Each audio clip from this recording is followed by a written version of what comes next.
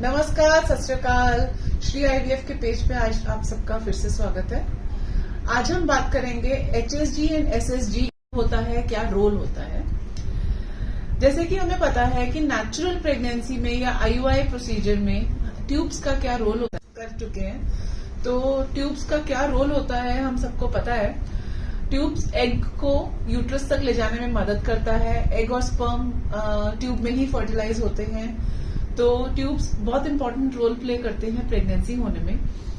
तो एसएसजी और एचएसजी हमारा ट्यूब्स कैसी हैं, ट्यूब्स खुली हैं कि ब्लॉक्ड हैं, ट्यूब्स हेल्दी हैं कि अनहेल्दी हैं, ये सब बताने में मदद करती है। एचएसजी इज हिस्टेरोसैल्पिंगोग्राफी, जो नॉर्मली एक्सरे या फ्लोरोस्कोपी की गाइडेंस से किया जाता है।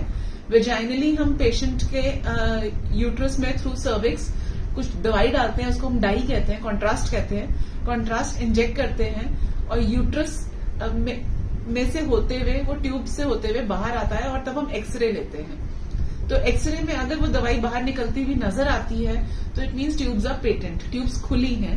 और ट्यूब्स की थिकनेस कैसी दिख रही है एक्सरे में वो भी नजर आता है। तो ट्यूब्स हेल्दी है कि नहीं वो भी नजर आता है। तो एचएसजी हमें ट्यूब्स चेक करने में मदद करता है और ये बताता है कि ट्यूब्स हेल्दी है और खुली है। और एसएसजी इज सलाइन सोनोसैल्पिंगोग्राफी। सलाइन ये अल्ट्रासाउंड गाइडेड ट्यूब्स टेस्ट रहता है। इससे हमें ट्यूब्स खुली है कि नहीं ये तो पता चल ही जाता है, बट ट्यूब्स की थिकनेस एंड ऑल उतना डिटेल में नहीं पता चलता है उसमें हमें। ये अल्ट्रासाउंड गाइडेंस में रहता है। ये सलाइन से ही किया जाता है और ये कम पेनफुल भी रहता है एचएसजी के कंपैरिजन में। एंड थोड़ा सा पेशेंट के लिए ज्यादा कंफर्टेबल रहता है एसएसजी।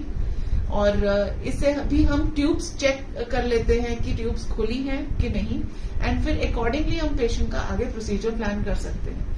अगर सिंगल ट्यूब खुली है और दूसरी बंद है तो भी हम नेचुरली या आईयूआई से प्रेगनेंसी हासिल कर सकते हैं। अगर दोनों ही ब्लॉक्ड हैं तब हमें आईवीएफ कंसिडर करना चाहिए, या हम लैप्रोस्कोपिकली ट्यूब्स खोलने का ट्राई किया जा सकता है।